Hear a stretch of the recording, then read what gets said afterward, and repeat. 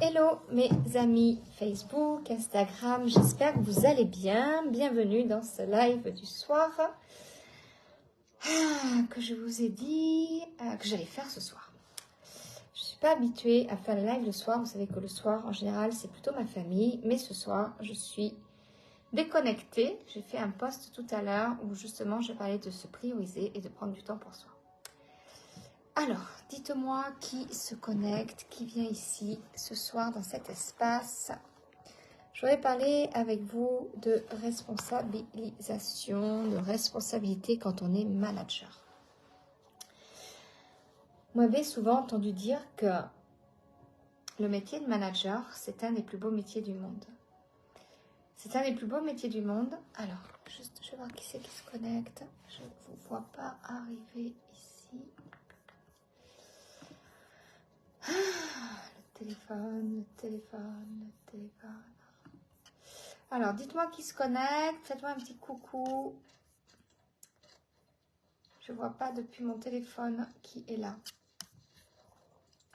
Bon, ce soir, je voudrais vous parler de responsabilité en tant que manager. Je voudrais vous parler de ça parce que je pense que c'est quelque chose d'important.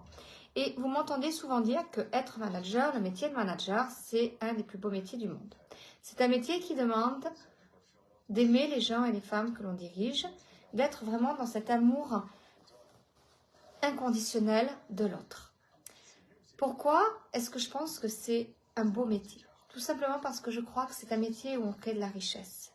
C'est un métier où on crée une richesse humaine importante. Pourquoi? Parce qu'on emmène nos hommes et nos femmes à évoluer, à grandir, à se sentir dans leur expertise, à monter en compétences, à vouloir être ce genre de personnes, à contribuer dans le développement de l'entreprise qu'ils ont choisie et pour lesquelles ils ont été missionnés à accomplir une mission. Être manager, c'est vraiment sentir qu'on est dans cette richesse humaine-là et qu'on contribue à permettre aux personnes que l'on dirige, nos collaborateurs, à se mettre dans leur équilibre vie pro, vie perso, parce qu'ils évoluent dans tout leur domaine de vie. Ce que je crois et ce que je constate surtout, et aujourd'hui encore, aujourd'hui j'ai commencé une session avec un nouveau groupe de personnes où on est sur une thématique importante qui est la gestion des appels de nos clients et où on attendait de moi beaucoup d'outils. La chose c'est que moi ce que je crois c'est que les outils et les techniques, vous n'avez pas besoin de moi pour en avoir puisque Google peut être votre meilleur ami là-dessus.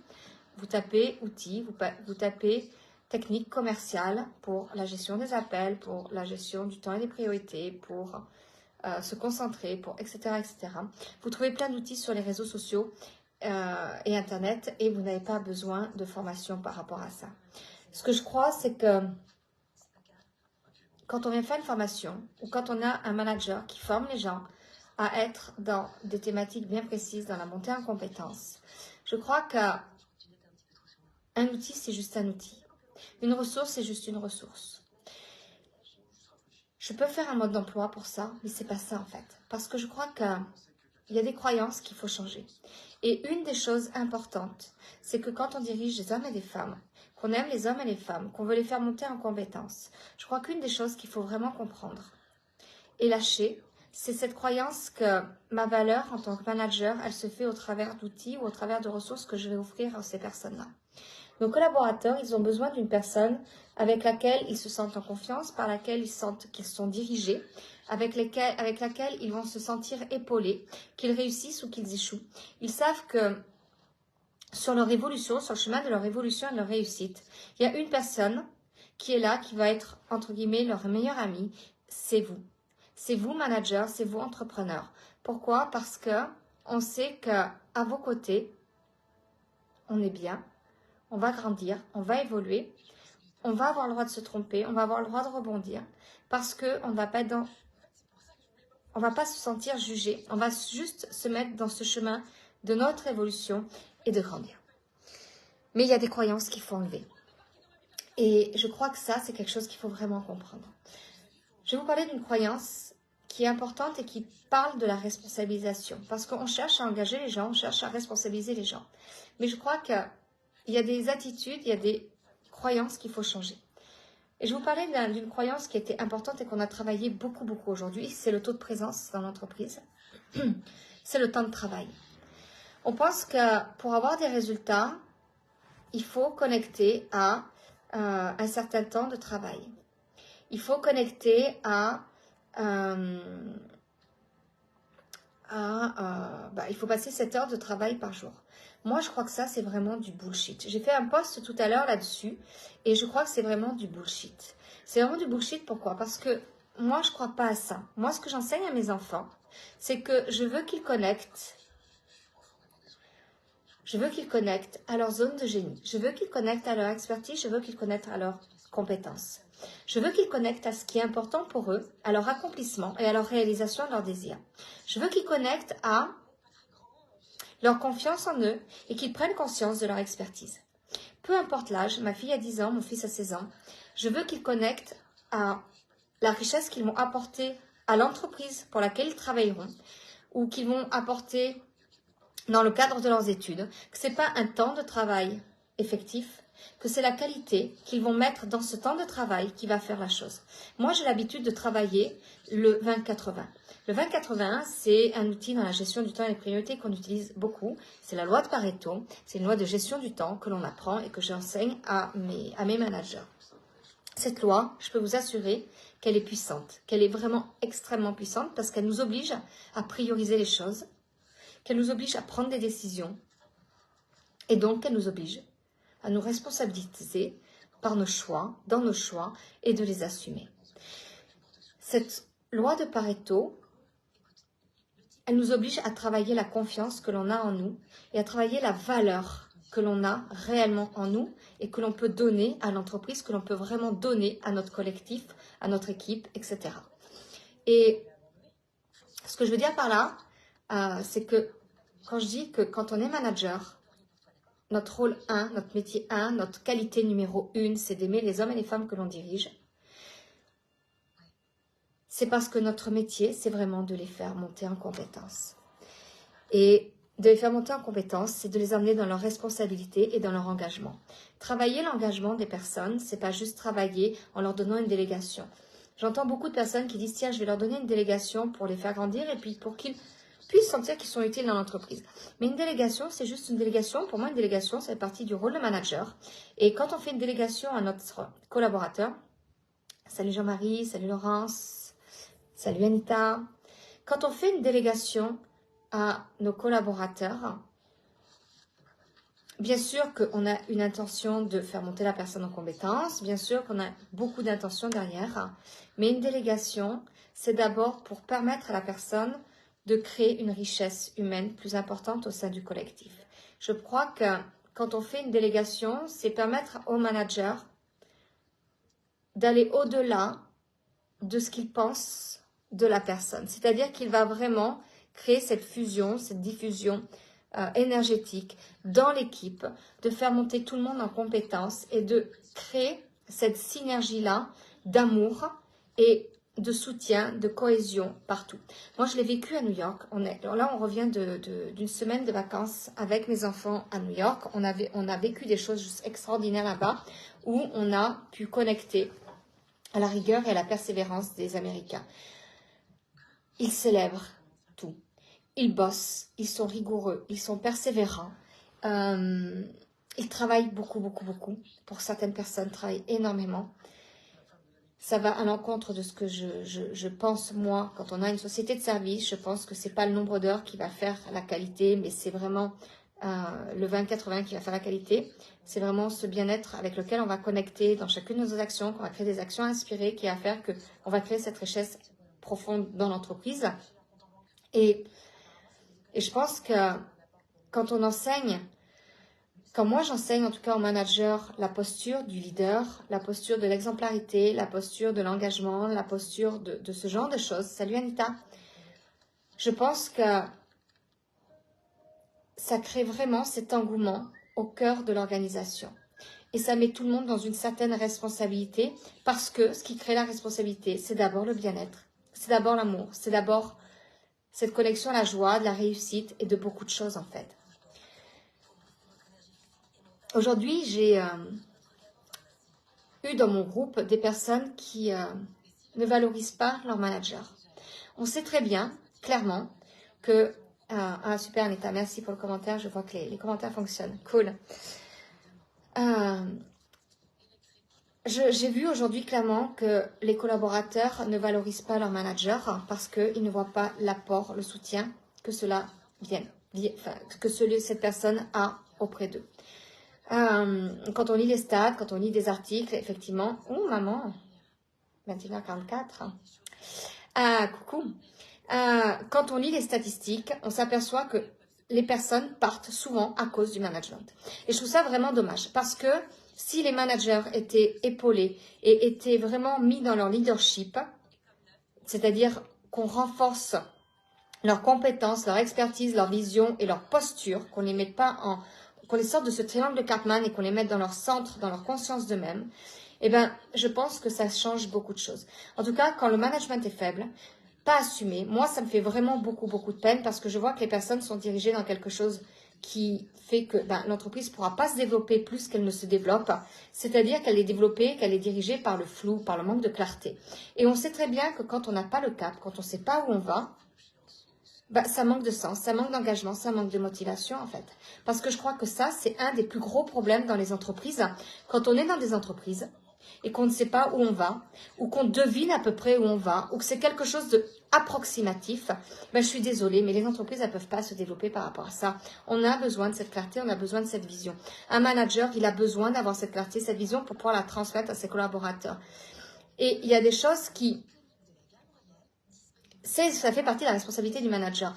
Donc, on ne peut pas demander à nos collaborateurs d'être responsables de certaines choses si ils ne savent pas où ils vont, en fait. Ce n'est pas possible. Ce n'est pas possible. Alors, on leur exige de travailler sur un certain temps de présence, de pointer, d'être là à 7 heures dans la journée, etc. Mais est-ce que vous pensez réellement, sincèrement, est-ce que vous pensez réellement que cette heure de travail dans une entreprise, ça crée la richesse de la productivité? Est-ce que ça rend une entreprise productive? Est-ce que ça crée cette rentabilité? Clairement, est-ce que vous pensez vraiment, soyez honnête avec vous-même et soyez honnête avec moi, est-ce que vous pensez que passer 7 heures dans une entreprise, c'est ça qui va créer la richesse? Pour moi, clairement, c'est non. Pour moi, ce qui crée la richesse de l'entreprise, c'est la manière dont on va mettre les personnes qui travaillent avec nous dans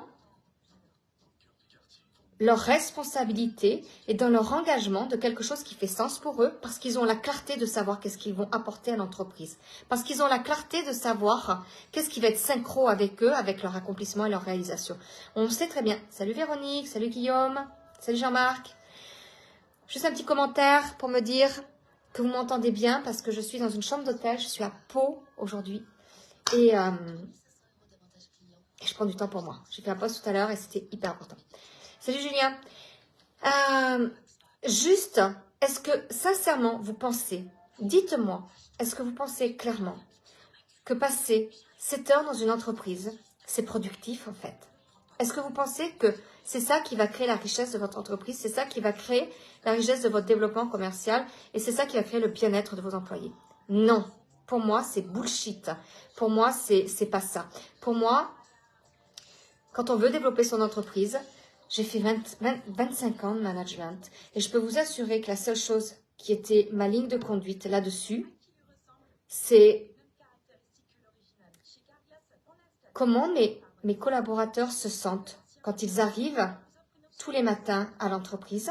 Qu'est-ce qu'ils ont envie d'accomplir? C'est quoi qui va aujourd'hui leur donner du sens et à quoi ils vont connecter, qui vont les mettre dans ce sentiment de gratitude, de bonheur, de connexion à leurs clients parce qu'ils vont apporter le oui à leurs clients. Votre projet est possible ou oui, votre projet est possible à condition que. C'est un nom qui est fait autrement, mais on a toujours une solution pour quelqu'un. Moi, je suis très orientée solution. Je pense qu'il n'y a rien qui n'est pas possible. Tout est accessible si on décide que ça soit accessible. Tout est possible si on décide que la personne peut y accéder. Ça, c'est ce qu'on appelle la communication positive, ce qu'on appelle la psychologie positive. Et je pense que quand on connecte à ça, l'énergie que l'on met dans l'accomplissement des choses est différente. Et la responsabilité est différente. La notion de responsabilité est différente. Moi, je me sens responsable dans tout ce que je fais. Aujourd'hui, j'ai livré une formation à des personnes qui étaient totalement en désaccord avec leur direction, qui étaient totalement en rébellion avec les lignes de conduite dans lesquelles elles évoluaient. Mais je peux vous assurer une chose, c'est que ces personnes-là, je les ai pris en plein vol aujourd'hui. Ça m'a demandé beaucoup, beaucoup d'énergie. D'où, ce soir, je prends du temps pour moi. Oui, ce soir, j'étais faire du jacuzzi. Oui, ce soir, j'étais faire du shopping. Oui, ce soir, j'étais au hammam. Oui, ce soir, je me suis posée et je suis dans ma chambre d'hôtel. Et je me focus sur moi. Pourquoi? Parce que ça m'a demandé beaucoup, beaucoup d'énergie. Et je sais que demain, ça va me demander beaucoup, beaucoup d'énergie. Non pas pour changer toute la vision d'entreprise, parce que ce n'est pas mon rôle. Moi, je suis là pour faire de la pédagogie. Je suis là pour les mettre sur un chemin qui va leur apporter un mieux-être dans leur entreprise et dans la manière de gérer les appels avec leurs clients. Mais une chose est sûre, c'est que dans ma responsabilité, en tout cas dans mon grand pourquoi je fais les choses et pourquoi j'ai créé ma société en 2020, c'est d'apporter ce bien-être, cet accomplissement, ce sentiment intérieur qui est de mettre du sens dans pourquoi ils répondent à leur personne. Pourquoi ils doivent reconnecter à quelque chose qui fait sens pour eux. Quand je vois que j'ai des personnes qui aujourd'hui sont lasses de leur métier, je me dis mince, pour pas dire merde, mince, comment des personnes aussi jeunes puissent déjà être lasses de leur métier en fait. C'est pas possible pour moi. C'est pas possible parce que j'arrive pas à le concevoir. Et ma responsabilité, c'est de transmettre le meilleur de moi-même, mais surtout de les reconnecter à quelque chose qui va faire sens pour eux et qui va leur donner espoir. Qu'ils servent à quelque chose. Parce qu'ils servent à quelque chose, ils apportent quelque chose de juste énorme. Et quand je vois que ce soir, au bout de travail, d'heures, de partage, qu'ils ont vu que leur métier, peu importe à quel degré ils sont dans la chaîne de valeur, que leur métier a un sens et apporte tellement aux collaborateurs avec lesquels, aux collègues avec lesquels ils travaillent, juste de voir qu'ils ont cette utilité-là et que ça a mis du sens dans le pourquoi ils font les choses au quotidien, pourquoi ils arrivent le matin, pourquoi ils répondent au téléphone, qu'est-ce qu'ils apportent, c'est quoi leur valeur ajoutée, leur expertise. Ben, je me dis, Aurore, tu as fait 90% du job en fait aujourd'hui. Tu as fait 90% de ton job parce que ton job, c'est vraiment de créer cet amour de soi, ce sens, cette motivation, cet engagement dans ce qu'ils ont envie de faire. Ça, c'est ma responsabilité. Et leur responsabilité, c'est de prendre en vol des choses qui vont connecter à eux et qui vont leur permettre de mettre plus de légèreté et surtout prendre du détachement par rapport à ce qu'ils sont en train de vivre dans l'entreprise et ce qu'ils sont en train d'apporter à leurs clients. Et ça, pour moi, ça n'a pas de prix. Et ça, si je l'avais abordé en leur donnant des outils de technique, d'appel, de technique, de comment je décroche le téléphone, du spam, bah, si j'avais donné que ça, je pense que j'aurais pas eu les résultats que j'ai eu ce soir. En tout cas, ce soir, j'avais des yeux qui pétillaient. Et ça, je me suis dit, waouh, ça, je sais pourquoi je fais mon job. Parce que pour moi, faire ça, transformer ces personnes-là sur des petits points comme ça, c'est leur apporter que tout est possible. S'ils voient que tout est possible pour eux. Donc tout est possible pour eux, ça va leur donner plus de sens. Ça demande énormément d'entraînement, ça demande de la persévérance, ça demande de la nouvelle éducation dans les entreprises, parce que ça demande de maîtriser l'intelligence émotionnelle. Et l'intelligence émotionnelle, je pense que ça a toujours été la base de toutes les entreprises. Le problème, c'est qu'aujourd'hui, on parle beaucoup d'intelligence émotionnelle, on fait quelque chose d'incroyable, de révolutionnaire dans l'intelligence émotionnelle. Sauf que l'intelligence émotionnelle, c'est la base même des relations commerciales, c'est la base même des relations interpersonnelles avec les gens, en fait. Quand j'enseigne le management, je l'enseigne pour créer du bien-être dans les organisations. Je l'enseigne pour aller voir les dysfonctionnements dans les entreprises, pour améliorer ces dysfonctionnements en faisant quelque chose qui soit un peu plus productif, en créant des process, parce que moi, j'aime les processus. J'aime que tout soit bien cadré, avec des références, avec des choses, des trames. On me dit, oui, mais la trame, c'est comme si on était des robots. Non, une trame, c'est pas qu'on va obliger les gens à faire dans des trames. C'est qu'on va amener les personnes à avoir un cadre, à avoir des règles. Et notre cerveau aime la sécurité. Et un cadre, c'est égal à de la sécurité mentale. Et notre système, avec notre reptilien, il aime la sécurité. Qui n'aime pas être en sécurité? Qui aime se sentir en danger? Dites-moi pour ceux qui sont là si vous aimez le danger en fait. Alors vous pouvez aimer les choses, la sensation forte, etc. Moi j'aime pas ça. Mais vous pouvez en fait. Et c'est ok. Salut Jean-Paul, salut Gérard. Céline, salut. Ça fait un petit moment que je ne vous ai pas vu en live. Donc, un manager, pour moi, dans sa responsabilité, il doit s'entraîner à vibrer le leadership. Il doit s'entraîner à être exemplaire pour ses collaborateurs. Il doit s'entraîner à être et à se sentir dans la réalisation et dans l'accomplissement des personnes. Et pas en se cachant derrière « j'ai pas les outils, j'ai pas les ressources ». Parce que les outils et les ressources, pour moi, c'est du bullshit. On tape sur Google comment on fait une to-do list. Vous avez 10 000 modes d'emploi pour vous dire comment on fait une to-do list. Mais comment est-ce que vous faites votre to-do list par rapport à qui vous êtes, en fait, par rapport à ce qui résonne chez vous? Ça, c'est autre chose, parce qu'on est dans des pédagogies connectées. Pourquoi? Parce qu'on met du sens par rapport à un vrai besoin, par rapport à votre réalisation personnelle, par rapport à votre fonctionnement intérieur. Quand le management est faible, on ne peut pas créer de l'engagement, on ne peut pas créer de la motivation, on ne peut pas créer de l'attirance. Il doit y avoir un effet « waouh ». Moi, j'adore les effets « waouh ». Je parle souvent des effets « waouh ». Quand je coach les personnes, il y a des fois, et j'ai une personne ici qui m'a dit un jour, le jour où tu m'as dit ça, j'étais hyper déstabilisée en fait. Vous devez être sexy, vous devez être « waouh » quand vous dirigez les personnes. S'il n'y a pas d'effet « waouh », vous ne pouvez pas inspirer. Si vous n'avez pas ce petit charisme, vous ne pouvez pas inspirer les personnes que vous dirigez. Et si vous n'inspirez pas les personnes, comment voulez-vous développer la confiance des personnes chez vous? En imposant les choses, ça ne marche pas. Et encore plus aujourd'hui. Cet effet « waouh », vous devez le ressentir déjà chez vous en fait. En quoi vous êtes un manager? En quoi vous êtes un chef d'entreprise qui a un effet « waouh ». J'ai envie de bosser avec toi, en fait. Gérard, je veux être avec toi, je veux bosser avec toi. Pourquoi je veux bosser avec toi? Parce que tu as un effet waouh. C'est quoi ton effet waouh?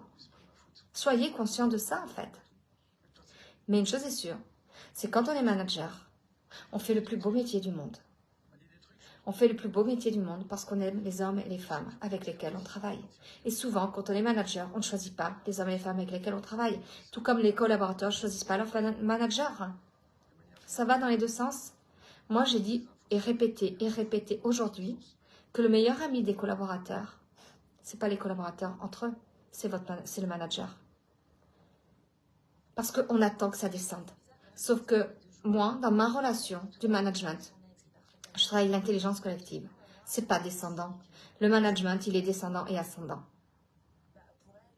Moi, je suis collaborateur, je dois pouvoir aller voir mon manager pour lui demander n'importe quoi.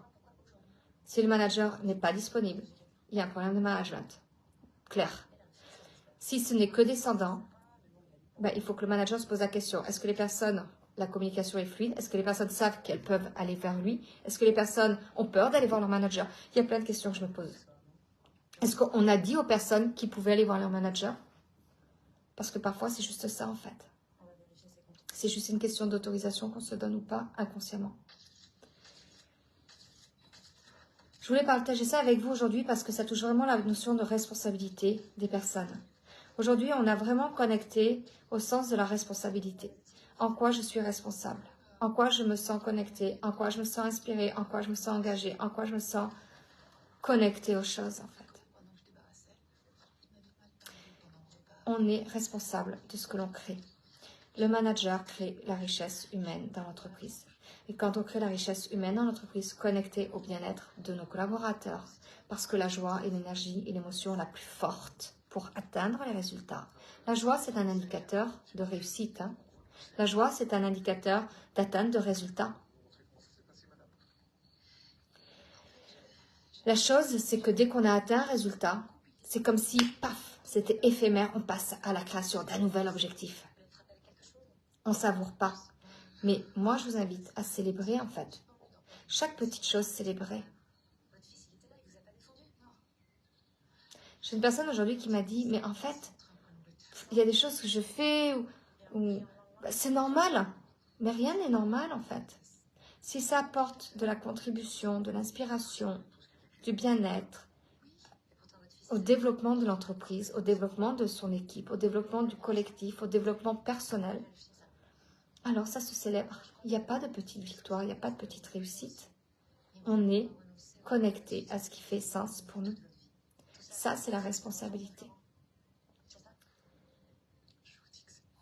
Quand je me suis mise sur le créneau de manager, de faire de la formation pour les managers, dans ce management, dans ce développement de stratégie commerciale, déjà, c'est ma zone de génie. C'est quelque chose que j'aime passionnément. Mais parce que je suis aussi tellement persuadée que le manager est la clé de la rentabilité de l'entreprise. Plus on est fort, plus on se sent confiant en soi, plus on sait qu'on a une expertise, plus on maîtrise nos rôles. Pour moi, on a 8 rôles principaux. En tout cas, quand j'enseigne le management, on a 8 rôles clés dans notre manière de faire, dans nos outils. Ces 8 outils-là, on doit les maîtriser sur le bout des doigts. Ce sont des outils, mais Aurore, tu me dis complètement l'opposé. Tu me dis qu'un outil, c'est juste un outil. Ouais, mais on a besoin de ces 8 outils-là pour maîtriser notre intelligence émotionnelle et emmener les personnes à créer de la richesse pour l'entreprise par l'émotion, par l'intelligence émotionnelle. Donc les outils sont juste des outils connectés à notre intelligence émotionnelle. C'est pas juste des outils en fait. On y met du sens, on y met de la rigueur, on y met de la persévérance, on y met de l'amour.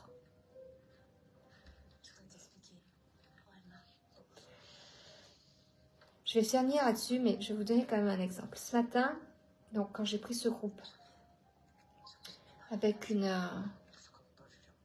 énergie très basse en termes de motivation et d'engagement, je dis ok, on refond tout ton cours. Donc j'ai pas su mes trams. En plus moi, je suis quelqu'un qui peut partir en live. J'aime pas les trams, j'aime pas les cadres, j'aime pas les choses très comme ça. Je me connecte à l'énergie de mon groupe. Et j'ai senti ce matin que la priorité, c'était vraiment de mettre de la légèreté dans la manière de voir et de connecter aux choses. On a travaillé le réservoir du stress. Et vous savez quoi? Sur 4, 50% n'étaient pas connectés à leur bien-être. Alors vous allez me dire, oh là là, comment c'est possible? C'est comme ça, point. Il n'y a pas à juger, c'est bien, c'est mal, on s'en fout en fait. C'est juste un constat. 50% n'étaient pas connectés à faire des choses qui étaient importantes pour eux, pour leur bien-être, pour s'épanouir et pour mettre du sens dans ce qu'il faut. Donc comment voulez-vous que ces personnes-là, qui ne savent pas, qui ne font rien pour eux, qui ne se priorisent pas, puissent être engagées en fait? S'ils ne sont pas engagés avec eux et pour eux, pour leur bien-être, comment voulez-vous qu'on arrive à les engager pour faire d'autres choses en fait? Ce n'est pas possible. Notre rôle de manager, on est responsable de cette création de richesse humaine. On est responsable de créer ce bien-être. On est responsable d'amener les personnes à trouver leur propre équilibre vie pro, vie perso. On fait le plus beau métier du monde. Mais un management faible n'est pas durable sur le temps. Ni pour lui, parce qu'on lui en bas sa vis, ni pour les personnes qu'il dirige, et ni pour la rentabilité de l'entreprise, en tout cas la vitesse avec laquelle on a envie que notre entreprise se développe. Quand je vous disais tout à l'heure que moi je pratique la loi du 20-80 et que j'emmène mes enfants à faire le 20-80, c'est quelque chose qui est hyper important parce que c'est la priorité que l'on met. Ce soir, ma fille, elle a 10 ans, Romane. Ma fille a un livre de lecture à faire, en stress complet parce qu'elle me dit, maman, parce qu'on est parti à New York, on n'a pas emmené le livre de lecture, on n'avait pas été l'acheter, donc on ne pouvait pas le lire, et puis à New York, les livres étaient en anglais et ma fille n'est pas encore bilingue. Donc on a acheté le livre lundi. Et elle me dit, mais maman, Mais maman, jamais j'aurais fini le livre. Je dis, Romane, fais-toi confiance, tu auras fini le livre dimanche et tu auras fait ta fiche de lecture. Mais maman, c'est pas possible. Romane, on va mettre les choses par priorité. On a cadré, on a organisé tous les devoirs qu'elle avait à faire par ordre de priorité, par rapport à ce qui était possible, par rapport à son énergie, par rapport à son emploi du temps. Aujourd'hui, elle est en vacances avec une copine pendant 3 jours chez sa mamie, avec son père. Et que bien sûr qu'elle ne va pas passer ses journées à travailler. En tout cas, je refuse qu'elle passe ses journées à travailler. Elle a un temps de travail qui est défini.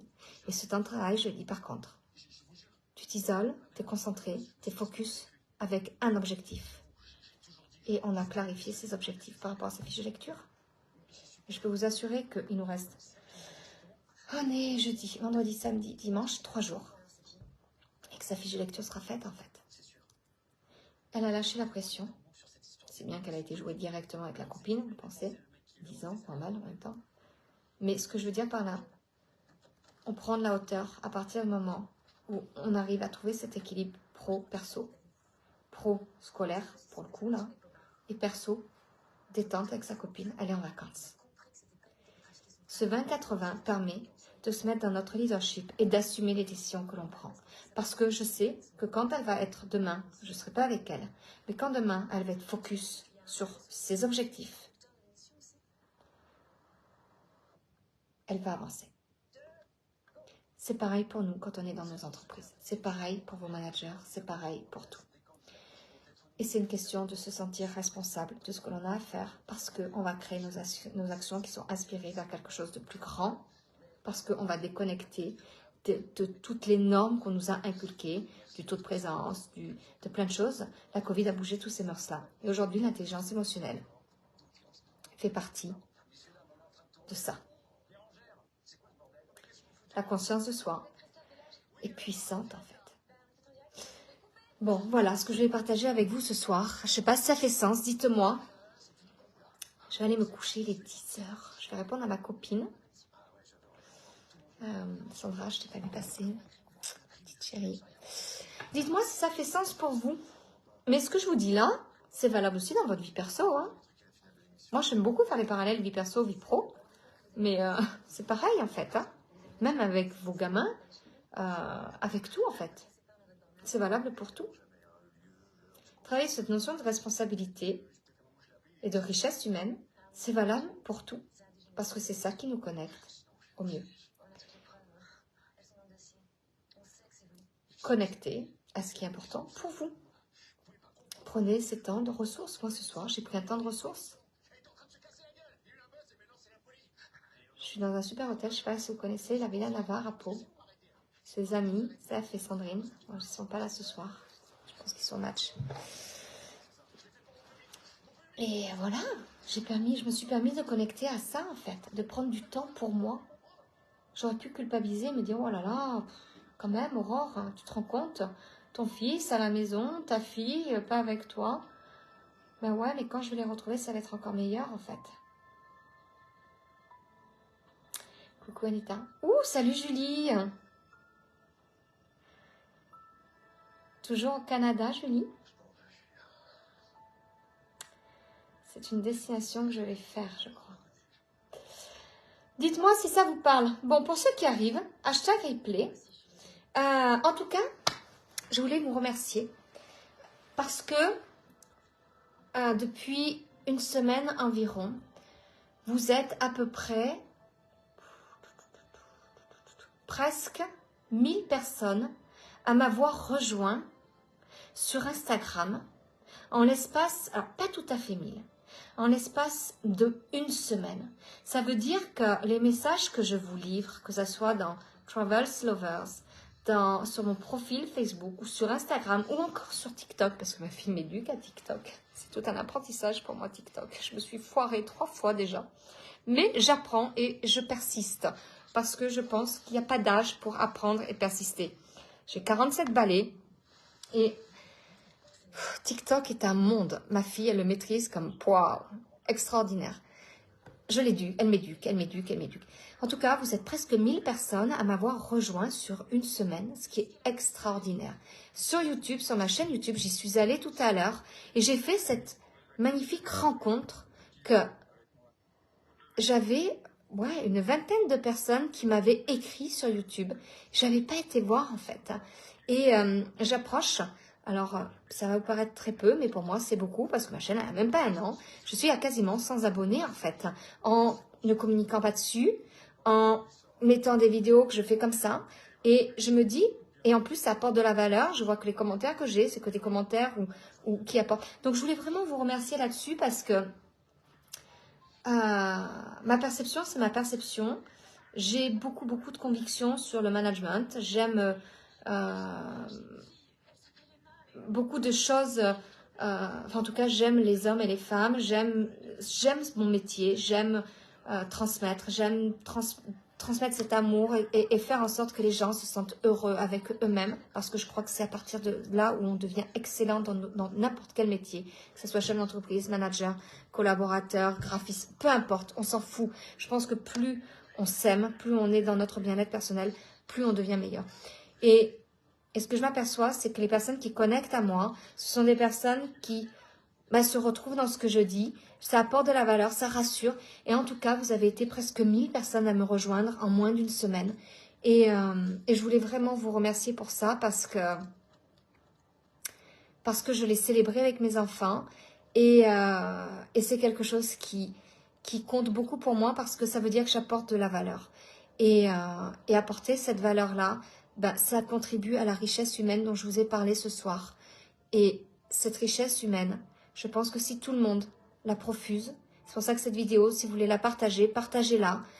Peut-être qu'elle fera sens pour certaines personnes, peut-être pas pour d'autres, mais c'est pas grave, on s'en fout en fait. Le tout, c'est de contribuer. Et pour moi, c'est ça le donner et recevoir. Moi, je vous donne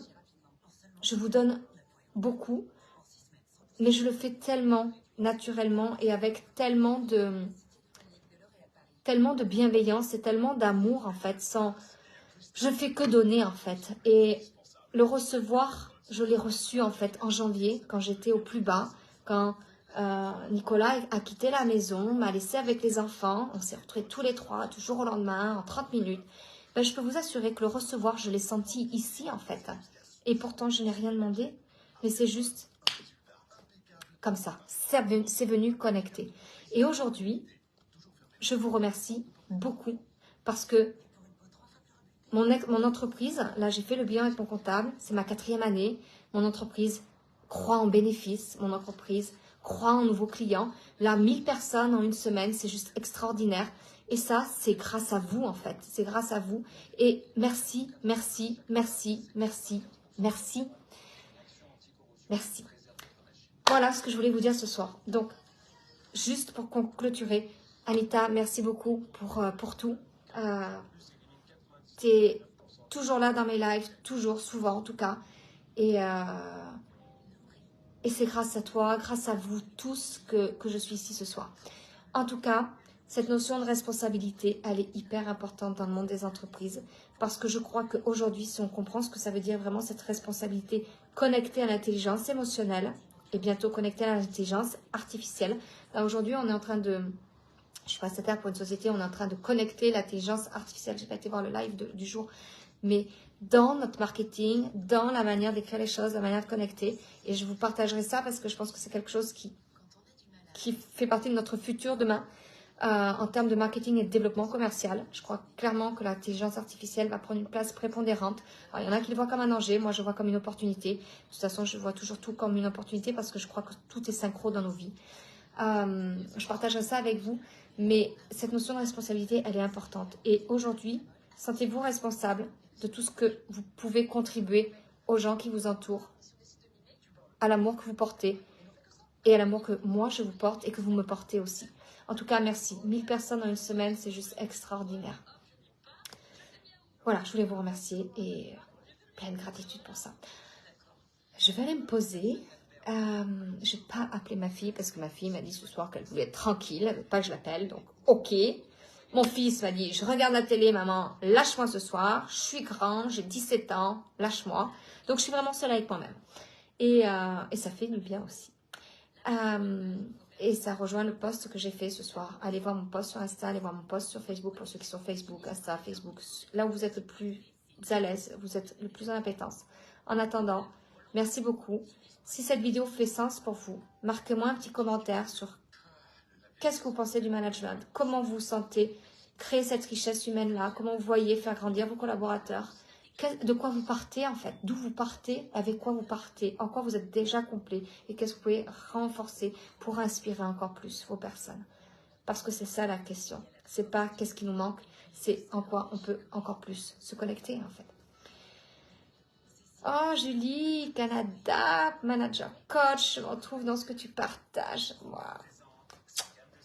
Julie, je vais venir au Canada 2025. J'ai un énorme projet, tour du monde avec ma fille, mon fils sur 3-4 destinations parce que il aura 18 ans passés et que mon fils nous a fait une annonce, là, m'a fait une annonce au mois de... Alors, je ne peux pas vous en parler encore parce que son père n'est pas au courant.